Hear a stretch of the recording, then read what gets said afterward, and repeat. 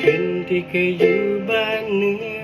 เจ้าจากไปตั้งแต่วันสงกรานต์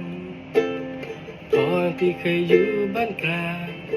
ก็ไปตั้งเมินยังบ่ฮู้ข่าวเลยต่างคนต่างไป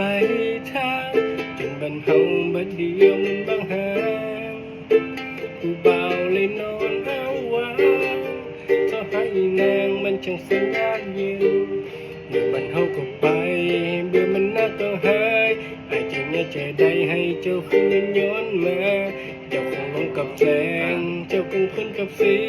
อยู่กับงานที่ดีมีกระจกห้องแอร์ดอกเอื้องเอ่ยเคยบานบนพื้นดอยต้องมาคอยเป็นนางบำเรอให้กับชายดอกเอื้องเอ่ยเคยบานในหัวใจ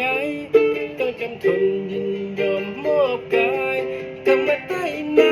ำคืนกลับมาไม่สายให้พร้อมเจอภัยที่แล้วมากลับมาใต้น้ำคืนกลับมาไม่สายไม่นี้ยังคอยพี่น้องนั้นคืนมา